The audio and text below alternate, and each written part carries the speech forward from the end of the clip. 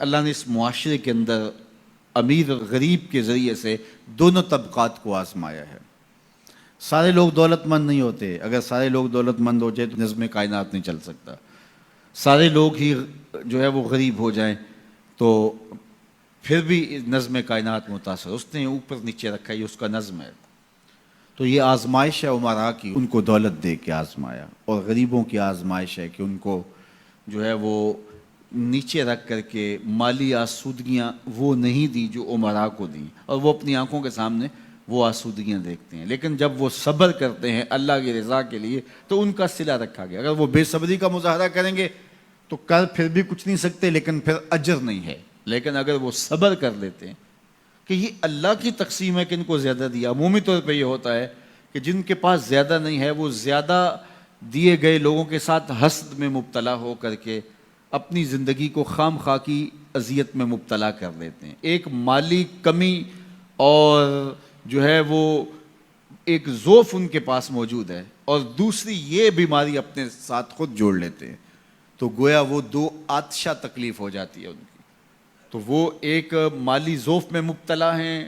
اور آسودگی میسر نہیں ہے، اور ضروریات بہت ساری ہیں اور ان کو پورا کرنے کے لیے وسائل خاطر خواہ نہیں ہیں، اور دوسرا ان لوگوں سے وہ آتش حسد میں جلنے لگے جن کو اللہ تعالیٰ نے نوازا ہوا ہے، تو وہ اجر سے بھی محروم ہو گئے اور دوہری مصیبت میں مبتلا ہو گئے۔ لیکن اگر وہ سمجھتے ہیں ان کا مقسوم ان کے ساتھ اور میرا مقسوم میرے ساتھ، تو اللہ نے جو مجھے دیا ہے میں پہلے تو کوشش کروں کہ اپنے معاملات کو اس میں بہتر کرنے کی کوشش کروں۔ جب ہم دائیں بائیں سے دیکھ کے اپنے گھر کا بجٹ بناتے ہیں اور دائیں بائیں دیکھ کر کے جو ہے وہ اپنے امور زندگی کو طے کرتے ہیں تو پھر ہم مشکل میں مبتلا ہو جاتے ہیں، اور یہ کرنے والا کوئی شخص بھی چاہے وہ کروڑ پتی ہو وہ سوکھا نہیں رہ سکتا، کیونکہ وہ اپنے آگے لوگوں کو دیکھے گا۔ 5 مرلے کا ایک مکان ہے کسی شخص کا اور وہ اس کو آسودہ سمجھتا ہے، لیکن اگر وہ اپنے رشتہ داروں، عزیزوں، اپنے دوستوں کو دیکھے کہ وہ 2 کنال کے بنگلے میں رہ رہے ہیں تو وہ 5 مرلے کا مکان سکڑنے لگے گا، اس کو تنگ لگے گا، اس کے اندر اس کی سانس گھٹنے لگے گی۔ لیکن اگر وہ دیکھے کہ میرا فلاں رشتہ دار 3 مرلے کے گھر میں رہتا ہے وہ بھی کرائے کا ہے، تو اس کو وہ گھر ہی محل دکھائی دینے لگے گا۔ اس لیے میرے حضور نے فرمایا کہ اپنے اوپر دیکھو گے تو اوکھے ہو جاؤ گے۔ انظروا الی من هو اسفل منکم، فرمایا اپنے نیچے دیکھو،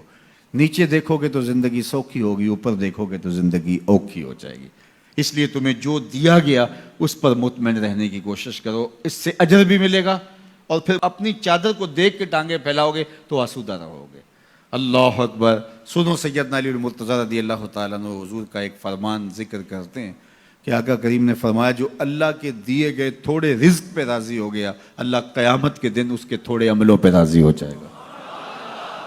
کتنا اچھا سودا ہے، جو اللہ کے دیے گئے تھوڑے رزق پہ راضی ہو گیا، اللہ اس کے تھوڑے عملوں پہ راضی ہو جائے گا۔ میرے بندے تو بندہ ہو کے راضی ہے،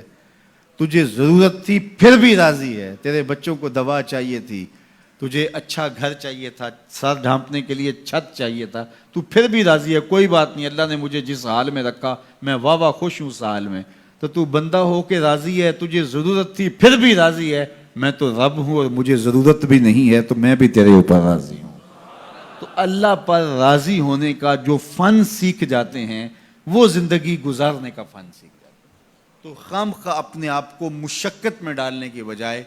جو میسر ہو اس میسر پر اللہ تعالیٰ کا شکر ادا کرنے کی عادت ڈالنی چاہیے، ورنہ اس سے بھی زیادہ تکلیف آ سکتی ہے، تو پھر یہ ماحول اور یہ حیثیت انسان کو جنت لگے گی۔